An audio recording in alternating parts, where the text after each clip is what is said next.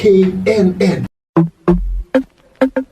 aniyaa ku maanaanka aley haye kalsooniisiisa ay kaalaamaan aniyaa ku maanaanka aley kalsooniisiisa ay kaalaamaan aniyaa ku maanaanka aley haye kalsooniisiisa ay kaalaamaan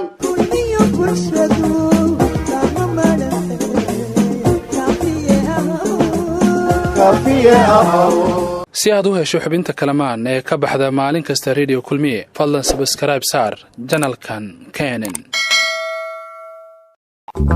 war kalamaanay waa idin salaamay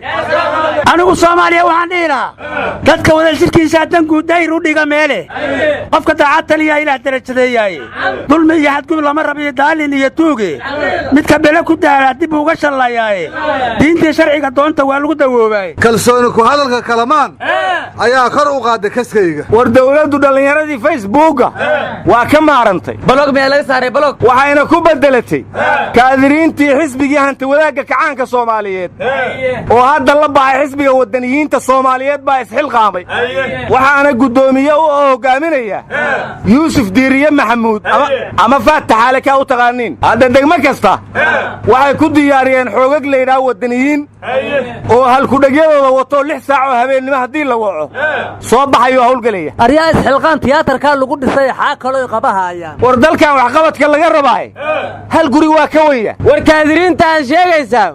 ma labada sano dawladdan u hartay way ku egyihiin mise dawladaha dambe way la shaqay doonaan aryaadaha kaadiriinta waxaan ku xusuusnay slogan-kii ahay hugunku waa hayaankii bulshada cusub xoogsatada ishaysate horu ka tiigsanaysa hantii wadaagga Soomaaliyeed war Soomaalidu weligeed hantideeda wadaagaysa qof u soo martiyana weligeed kama seexan weligeed ba iskeed bay wax u qabsan jirta Soomaalidu war ra'iisul wasaare khayre Mareykanka waa kii dika yiri wargeysada Mareykankuna waxay qoreen 10 su'aalood inay khayr hortaalo waxayna ka imaanayaan la yiri su'aalahaas aqalka cad wasaaradda arrimaha dibadda bangiga adduunka iyo Kongareeska Mareykanka horta aqalka cad Mareykanka waa maqlaahe aqalka madowna inta ugu yaala war khayr su'aali dhibi mayse waxaad qabatayna tus ama la leeyahay war 10 su'aalood waxa ugu muhiimsan maxay wali Soomaaliya ugu baahan tahay taageerada caalamka su'aasha labaad waxay tahay shaqaalihiin mushaar fiican ay qaataan adeegiinuna waa yar yahay kuwa Soomaaliland mushaarkoodu waa yar yahay adeegooduna waa badan yahay maxay ku dhacday maxaad haysiin oo qorshe ah oo musuq lagu tacaalaya ma jira qof aad soo xirteen oo ku takrifalay mushaarkii ciidanka waxa kale oo la weydiinayaa baa la yiri maxaad shiinaha saaxiib ula noqoteen oo ka faa'iideysaan waxa kale oo kamid ah su'aalaha amisom hadii ay baxdo ciidan ammaanka sugama diyaarsateen hadda su'aaluhu waa tiro badnaayeen intaasaan ku soo koobay ayaanan sii badin war khayre haddaan ficil meesha oolin tidii u shiinay Muuse xarkiisa xirooyada yeeshay ayuu yeelayaa su'aalahaas aryaadaha war ma haysiina gudoomiyaha gobolka Banaadir xala afka u furta wuxuuna yiri Soomaaliya qabiil waa ka gudubtay go'aamada dawladda ka soo baxayana cid horroogta cagta la mariha magaaladan Muqdisho caasimadaha caalamka cid rabta inay ka reedo waa la iska horleexiha waajibkeerana la mariha waa ku dhimahaynaana waa yiri gudoomiyuhu xala waa dhaarsanay war gudoomiyuhu qabiil waa laga gudbana waa yiri asagaana qabiil la sheegay war gudoomiyuhu wuxuu yiri xaaji Muuse waa senator waana la fariisanay waana wada hadalnay laakiin ekismiranayo waxaan ugu tala galnay diblomaasiyiinta caalamka cid hor joogsanayso ka aqbalaynaana ma jirto waxa kale oo asiri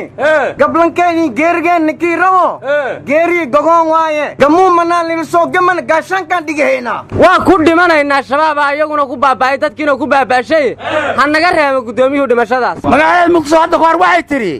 deegaan laygama waxno dushaas waa beerihii dhankan waa dunyadii docdaanina waa badii nimcada ay ugu dayreen baa saboolnimo doorateen haddaad ii duubataan dad iyo nabad ii heshaan dib ii soo nuurisaan asaaga igu dartaan dunidan waan ugu sarrayn dhaqsana weydin deeqaya dadkaygu ii gurmada Muqdisho nabay runay sheegtay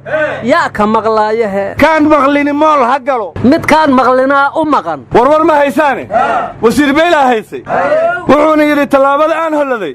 inaan tuul nabada geeyo horaan ugu turunturoodo anigu tuhun baan qabaa waxba ina hor taagan weyn wasiir bayle hadduu tuhun qabo tuhunkan asaga ka qabnaa ka tiro badan war dadka canshuurta laga soo qaada laftoodu tuhun weyn bay qabaan war waxbaana hor taagan waa kale ma madaxweynuhu rabo ragga ka horreeyo raba inuu iska leexiyo war maana soomaaliya raba inuu somalilan ku daro war anna waxaan tuhun ka qabaa bayle guriga weyn uu ka dhisaya boorame lacagta lagu dhisaya meesha uu ka keenay war ma haysaane khadiijo maxamed diiliyana waa hees waxayna ku bilowda heeska haddaad guulaysato waa lagu digtaa ruux hadduu kuu darnaan jiray kadibna waxay qaadday heeskii waa dalkaagii doqonyahow waa dadkaagii dabaalyahow waa digniine isdaryeelo dadka soo raac aryaa khadiija cabdi tahliilay soo xusuusisa allaha caafiye war dawladda nabad iyo nolol qofkii xil ka rabaa